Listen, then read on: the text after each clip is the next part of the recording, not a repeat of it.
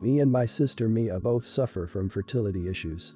I made peace with it long ago, but Mia always wanted kids, so she and her husband kept trying. From in vitro fertilization to adoption, all of them resulted in a dead end. I recently found out that I was 2 months pregnant with twins. My partner Kyle and I were surprised but happy. I called up my sister and told her the news and said I was going to announce it to the family at a gathering at my house. I expected her to be angry, as she has been with other family members for getting pregnant, and told her it was okay if she couldn't come and felt it would be too much for her. Surprisingly, she said she was okay and therapy had helped and agreed to come. So, 3 days ago I hosted a family gathering at our place and announced it via watching pictures on a projection screen, the last photo being my ultrasound. Immediately all family members looked at me and they understood. All of them congratulated me and Kyle, including Mia and her husband. Mia kept really close to me throughout the gathering and asked to see the ultrasound multiple times, which me and Kyle brushed off to her being happy for me. At night Mia called me and said she had something important to say. She wanted to adopt one of the twins. I was appalled. I said I am not giving my twins up for adoption. She kept trying to encourage me to give in and said it would be the right thing to do since we were twins as well. I was getting pissed off and told her I couldn't even if I wanted to, since all adoption agencies had rejected her application and deemed her unfit to raise a child. She started crying, called me an idiot, and said I didn't deserve to be mother and wished the children not to be born to a mother like me. I hung up at that. Since then my mother and some paternal aunts who also suffer from the same fertility issues have been texting and messaging me, calling me inconsiderate and selfish. Kyle, my dad, and my maternal family are with me on this.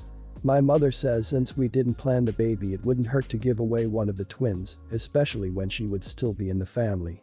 I have seen Mia break down during other relatives' pregnancy announcements and be hysterical.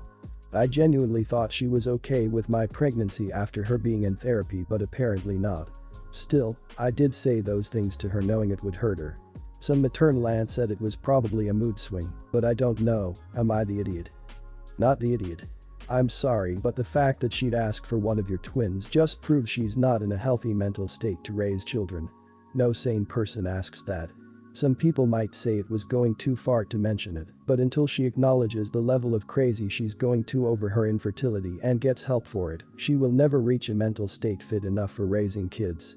I'd also seriously be questioning whether or not any family members who are siding with her get to have anything to do with your babies. They're just as insane. Is this real? This can't be real. They want you to give up one of your babies because she can't have any. Just because a baby is unexpected doesn't mean the baby is disposable. It's your child. Your sis is out of line, any of your other relatives are out of line if they are pressuring you too. Your mom says you are selfish. Would she have been okay giving up one of her babies? No. Just no. Stand your ground and cut off anyone trying to pressure you. You don't need that type of pressure. Not the idiot. I don't say it lightly. Your mom and those aunts and Mia are totally crazy. This is not a litter you're having. These are your children. You're not giving the spare ones around. How could they even consider it sane for 1 second? I would totally block every one of them, and if your sister is as delusional as she seems, I would go as far as move away if it's possible. I would be totally scared she tried to take one. Maybe I am paranoid, but she sounds like she reached the end of her rope and took a leap. Not the idiot. So I have a new roommate that has been friends with my other roommates for a while. Originally we had 3 people in the house, and now there are 4. I didn't want the new roommate, Sarah, fake name, to move in because of her mental health. I got outvoted though. The rest of the roommates have been friends with her since they were kids. Sarah has a hard time living in reality, not in the way of spacing out, but in the way, if one thing goes wrong, she has a mental breakdown. These breakdowns can be set up by the simplest thing, room, not the way she likes it, someone was mean to her, meet in the house. The rest of the roommates do everything to accommodate her to prevent and when she has these breakdowns. Well, she moved in and everyone is walking on eggshells. She has been here for 2 weeks and she has already broken every boundary I put in place. Don't go in my room, well she's broken that, don't move other people's things, she moved them because they made her stressed. Her friends indulge her and will do anything to calm her down. I came home to a game of don't touch the floor since she was having a breakdown and the roommates were trying to calm her down. She saw I was touching the floor and her meltdown became worse. The two roommates pulled me aside and want me to conform to how she does things to prevent it. There is a giant list of things to do that I could prevent it. Some of them are easy to do, like don't leave wrappers near the dishwasher, but some of them are ridiculous. A special way to fold my clothes, banning pesto and garlic from the house, she isn't allergic, joining in on the lava game to calm her down. I told them no, and this is actually why I didn't want her to move it. That she needs to get a grip on reality or start trying by getting a therapist or something. I'm not changing my crap and not walking on eggshells near her. They called me an idiot and that I'm putting her mental health at risk. So, am I the idiot? Not the idiot if she's really that bad as you say. You've been nice enough to put up with that until now and even offered to follow some of the rules they had for you, which was perfectly fine. But if she's consciously overstepping boundaries, what the hell is she doing in your room anyway? She isn't to go in there as long as you don't say it's okay for her to do so. And is an absolute wreck, like you said she is, then she belongs in either a special institution where she learns to live the closest to normal as possible, or at least in intensive therapy. Not the idiot. These are all Sarah's problems, but Sarah and your roommates are trying to make them yours. Sarah needs to get into therapy and find a way to cope with her issues that does not involve her controlling other people's lives. Your roommates are not doing her any favors by enabling this behavior. Unfortunately, since they have all decided to enable Sarah, you may need to find a new place to live. They are also idiots for letting Sarah move in when you did not want her to. Absolutely not the idiot. Did you get outvoted? What the hell? Getting outvoted on who does what chores or what movie you're all going to watch or takeout you're all going to have that night is one thing. There should be no outvoting when it comes to a human being living in the home. If one person isn't comfortable living with another, they don't get to move in, period. These people don't value your opinion and don't respect your boundaries. You need to find new roommates. This occurred over the course of months, and I was recently telling my family about this story, and my sister got mad at me and called me a stereotypical against women, but none of my actions had anything to do with that. I work at a small client service office. It only has about 50 people, all male, with the exception of a few support staff that were women. At the beginning of 2019, we had a new hire to our professional team who was a female. She initially fit right in at the beginning, but slowly she started to make changes and change our workplace for the worse. Prior to her joining, we had a very relaxed atmosphere. We'd curse, talk more explicitly, etc. No one seemed to mind, even our direct managers didn't care. But she complained about foul language and behavior, and soon our HR person got involved and told us we had to keep it more professional. Additionally, she was catty and would report people every so often. Essentially, she was making the workplace sterile and boring. We couldn't let loose as much, and all conversations had to be workplace appropriate.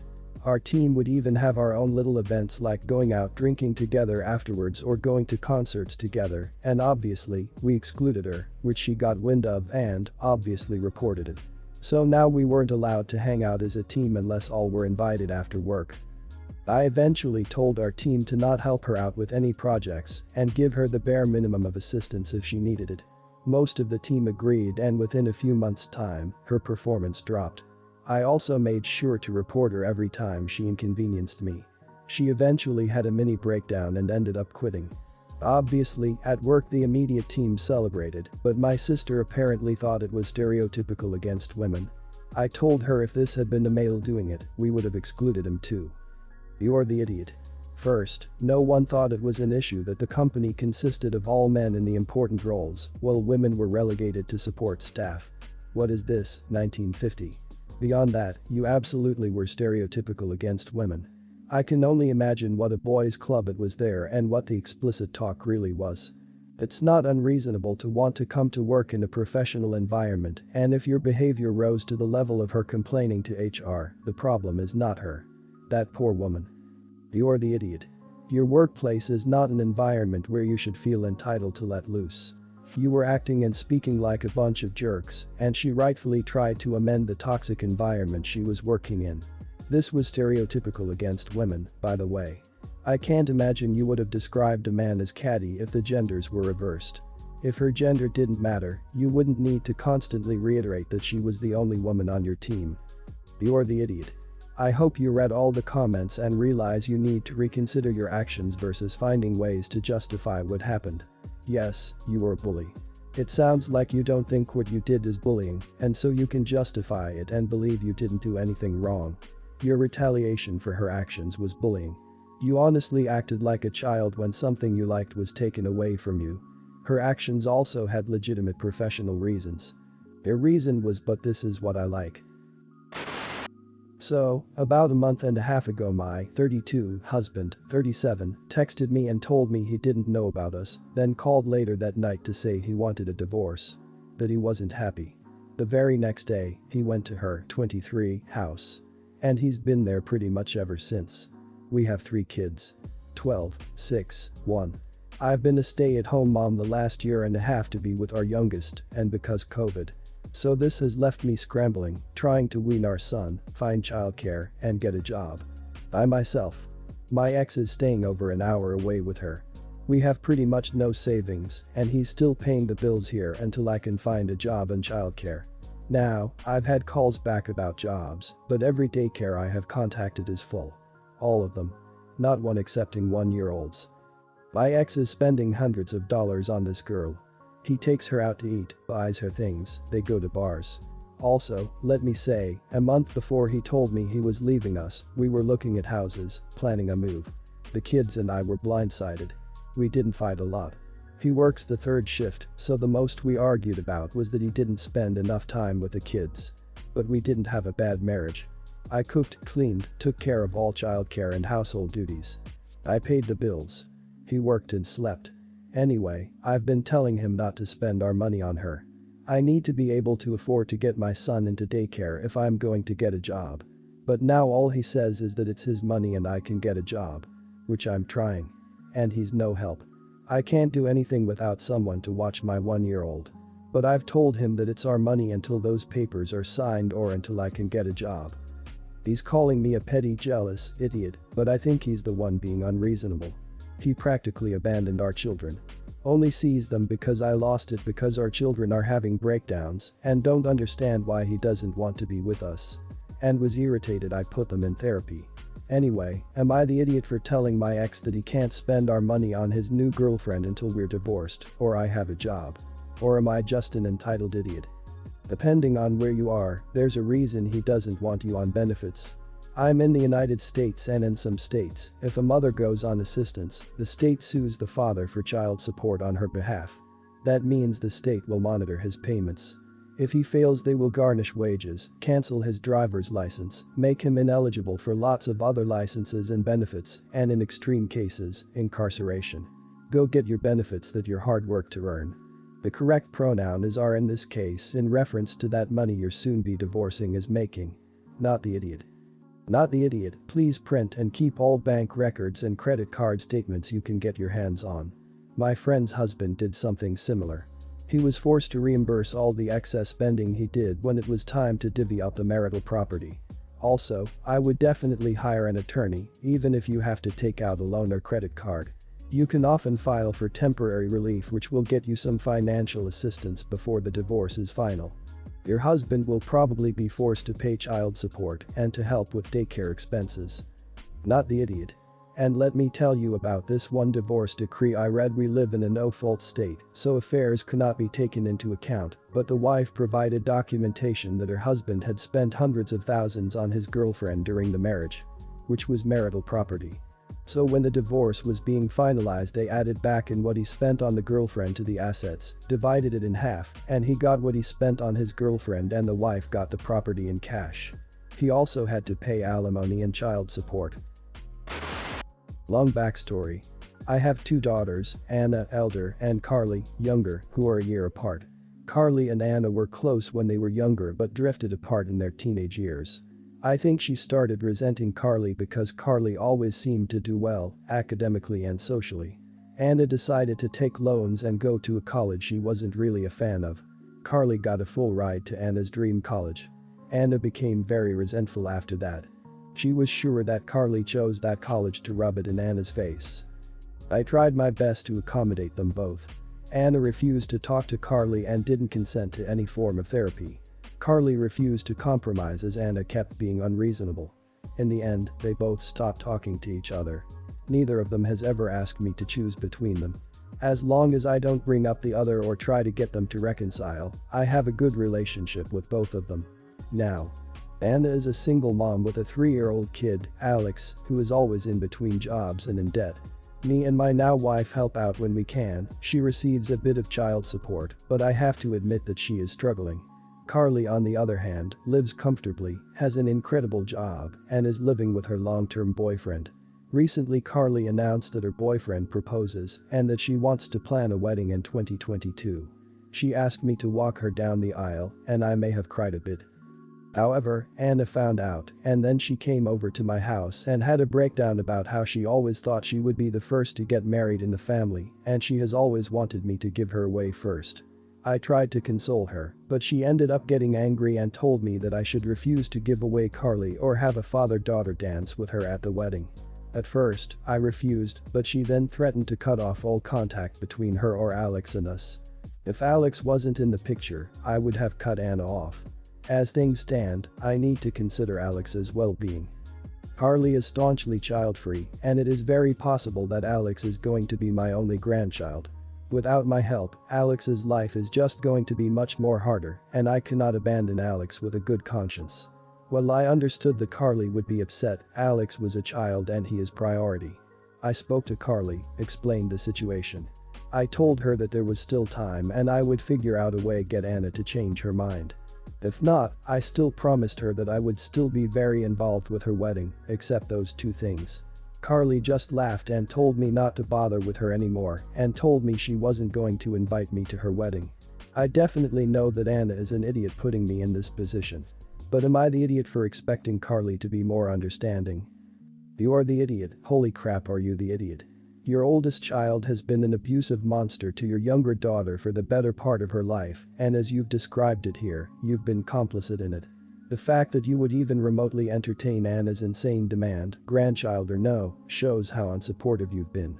If you want any hope of keeping Carly in your life, tell Anna she's being ridiculous, and you're not going to allow her to dictate the terms of your relationship with Carly.